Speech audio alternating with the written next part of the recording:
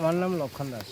কোনখানে আপনার এলাকার নাম? আমাদের এলাকার নাম হচ্ছে দমদমা দাসপল্লী। আচ্ছা, কি হয়েছে, কি ঘটনা? ঘটনাটা হচ্ছে যে আমি তো সব সময় কত কষ্ট করে এই বাগানটা করছি। কিসের বাগান? এটা রাবার বাগান করছি। তো এখন আমি তো ডেলি আর এখানে বইয়া থাকতে পারি না, আমি তো পেটের লেগে কাজও করতে লাগে, কাজও করি, ভাত খাই। তো এইখানে এই বাগানটা কত কষ্ট করি আমি, একটা 3 লাখ প্রায় 4 লাখ টাকার মতন লোন লইয়া স্বাবলম্বন হওয়ার লেগে একটা লোন লইছি। লোন লইয়া সেরা এই বাগানটার মধ্যে আমি মন দিয়ে আমি বাগানটা করতে আছি। এখন স্যার এই টাকাটা আমি কিভাবে শোধ করবো, সরকারের আমার কোনো উপায় নাই স্যার।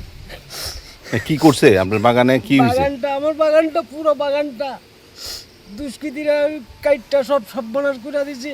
আমি এখন আর কিচ্ছু করতাম না। এগুলো কি গাছ না স্টাম্প? এগুলা সব রাবারের স্টাম্প, রাবারের চারা।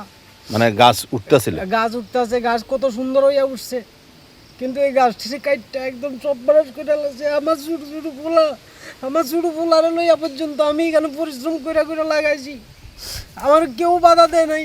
কিন্তু মানুষের শত্রুতা আমি করে এখানের এই পাড়া পড়োশির লোকে শত্রুতা আমি করে আমার এই গাছটিকে কাটতে আমার সব সর্বনাশ করে দিয়েছে। আমি এখন কেপ নেই এই লোন শোধ করবো।